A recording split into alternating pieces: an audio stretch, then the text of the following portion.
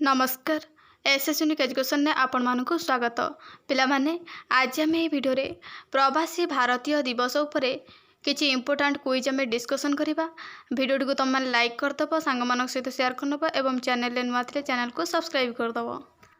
प्रथम प्रश्न, प्रथम प्रवासी भारतीय दिवस केबे पालन करा जायतिला?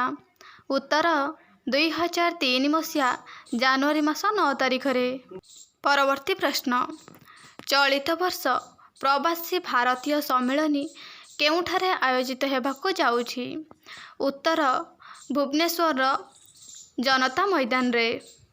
परवर्ती प्रश्न, 2025 मसिया रे प्रवासी भारतीय सम्मेलनी रो उद्घाटन किए करिवे?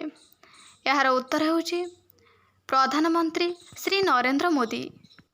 परवर्ती प्रश्न, प्रवासी भारतीय दिवस पालन करिवार मुख्य उद्देश्य कौन? उत्तर भारतीय एवं प्रवासी भारतीय मानक मध्यरे सुसंपर्क स्थापन करिबा। तबे चलंतु देखिबा परवर्ती प्रश्न, प्रवासी भारतीय दिवस रे प्रवासी भारतीय मानकु केउ पुरस्कार प्रदान करा जाए? यार उत्तर हेउछि प्रवासी भारतीय सम्मान।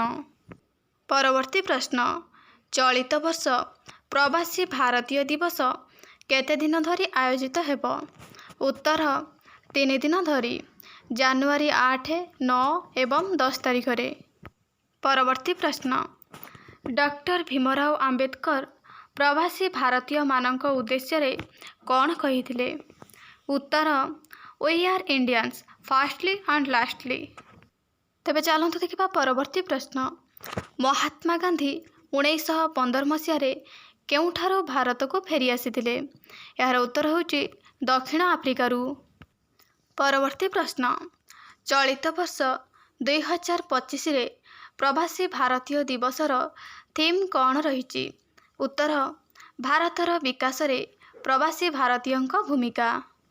तबे चलंतु देखिबा परवर्ती तथा शेष प्रश्न, प्रवासी भारतीय अमर्त्य सेन काहेकि प्रसिद्ध अटंती?